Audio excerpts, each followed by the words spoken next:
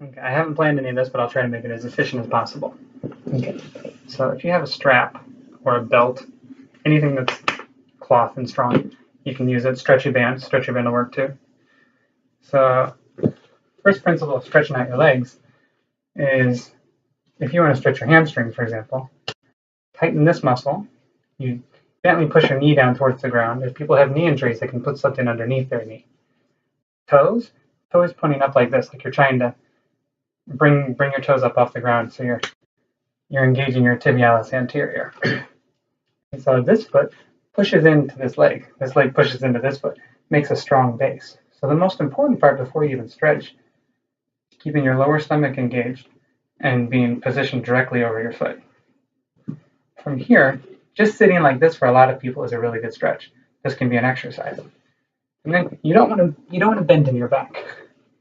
You want to try to get length in the hamstring. So first what you do is you pull in a rope while your toes are pulling up. You want to pull in a rope and you want to bring your elbows back and your chest forward.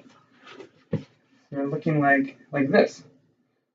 This is actually a really great stretch. You're actually stretching your hamstrings a lot right now because your body's in the correct position. And as you get used to it, you can pull forward as much as you feel comfortable. You go down and down. And the goal is not to bring your nose to your knee like this and curve your back, but you want to bring your chest forward. So eventually you bring like your chin to your shin. You come over like this. Like that way. That's the way that we want to go eventually. So our back straight like that, not curved like that. But that's farther down the road. So that's one principle. The next principle is whenever you bend your leg like this, to protect this knee, we bring your foot up like this. You see right now my leg's relaxed. I'm not using any muscles. If I bring my toes up like this and gently externally rotate it, I'm putting all these muscles, getting all these muscles tight. So then if I want to do something like sitting up straight, you can always use a wall. If you're worried that you're not sitting up straight enough, you can use a wall. And if you want to bring this foot in to rotate it, you can hold it like this. But if your foot's relaxed like this, you're going to put pressure on your knee. If your toes are engaged like this, until you're, which one is this? Dorsiflexion and externally rotated, you can pull it in like this. And this works on external rotation. And then also bringing your hip in, which will work on that piriformis. And you can use the wall at first so you can try to stay nice and straight. You can also, eventually you can cradle it. They call this one holding the baby. Like that. But the important takeaways here is like even if you wanted to sit like this, if you wanted to sit like this and lean forward, instead of letting your feet relax like this, like little kids do, because we want to protect our knees, we have to have our toes out like this. If our toes are out like this, we have protection on our knees when we lean forward. Now my knees are protected. And even if I wanted to do one foot at a time, if my foot's relaxed like this, I can hurt here. But if my foot's engaged like this, then when I lean over, I'm stretching right here, and I'm not stretching here, because we don't want to stretch here because it doesn't really move. We're trying to move our hips. So when we lean forward like this, leaning forward like this, we're working on our piriformis. Same with the opposite foot. Keeping it engaged like this, not relaxed like this. Engaged like this because we want to flex our hips, not our knees. So then, if I try to lean forward, if you have piriformis problems, a lot of ones that are really difficult for ladies is, like they call this pose the fire log pose, where you lay your hips straight over like this, like logs like that. But you need to have your feet engaged too. Otherwise, it hurts a lot right here. That might be too far in the future. So even if to sit like this, we're going to work on stretching here and bringing our hips in. And sitting up like this, this is what we're focused on trying to do. And let's say that you're really tight and your leg can only come out to here. You might try to sit against the wall so that you're sitting up straight. Then you can work on trying to bring your knee in as far as you feel comfortable.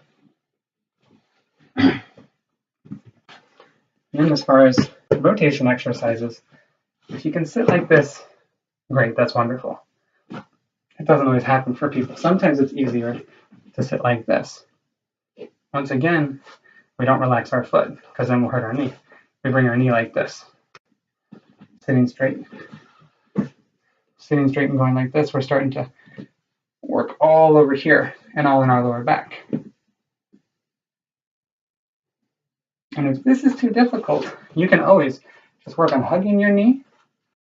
And after you can hug your knee, this leg can be like whatever, as long as it's sturdy. And remember, if you start to go like this, sit against the wall. So sitting up like this, both feet are engaged. This foot's engaged, protecting this knee. This foot's engaged, protecting this knee. Hugging like this, which is just stretching here. Then I change hands and I hug like this. Now we're having this twist. And if you're feeling really, really crazy, bring your elbow outside and eventually start to grab your hands, but we're not going into that today. And now the easy part is if you're laying down and you want to stretch. Like this is a good stretch, but you need a lot of muscle and a lot of control. So what you can do is, as long as you can bring your foot up like this, leave this on your foot, and you can just sit here and hold like this. Now the important part is we don't want to hurt our knee, so our knee is never extended all the way. It's bent a little bit, and our toes are pointing back towards me. We have strong feet. And then instead of straightening our knee out all the way, which could put pressure here, it's okay to do when you're younger, but bend our knee a little bit. The important part here is our shoulders. If we lean forward like this, it's not good for our back. We want our shoulders, all of our back and all of our shoulders and all of our neck, our whole body pushing into the mat. So my hips are pushing into the mat and my back's pushing into the mat. Right here is not really pushing so much. And it can be held here. This is a stretch for a lot of people. This can be a stretch for someone working up this way. And then eventually, if you have really open hips, you can grab your big toe and you can pull up like that. But anyway, we're not worried about that. So we're here. Really, really comfortable. While we keep pulling on this leg's still strong and engaged. Toes are still pointing up to the sky. We look the opposite way and let the foot come down like this. The whole time we're pulling on the rope. So we're stretching everything back here. And for a lot of people, they get right about here. That's enough stretch because it pulls on your IT band and it pulls on like the gluteus medius and maybe even the gluteus minimus too, but not the gluteus max. It can come all the way down. Eventually, you're down to the ground. But you don't have to use you got your strap here. And the whole time you're pulling in this strap with your biceps, so your arms might even get a little tired while you do it. And then keeping our shoulders tight against the mat, we just lower it out this way. Then we work on our inner thighs. Whole time, pinky toe pushing into that rope. Open it up to the sideways. Well, never mind, you don't have to do that. That's a little too crazy. So just like this. This works on all the range of our leg. And our leg doesn't have to be straight. It can be bent. And then you can do it with the other leg, obviously. Pushing into this with our knees bent, just hold it. You can do this while you're laying down. I don't know if you should do it while you're laying in bed, but the floor would be better. Coming down one way. Going the opposite way, as long as the wall doesn't get in your way. And then, your favorite piriformis stretch, you can do it just like that. Oh, can't think of anything right now. More videos later. Oh, and don't ever worry about doing this. This is not important.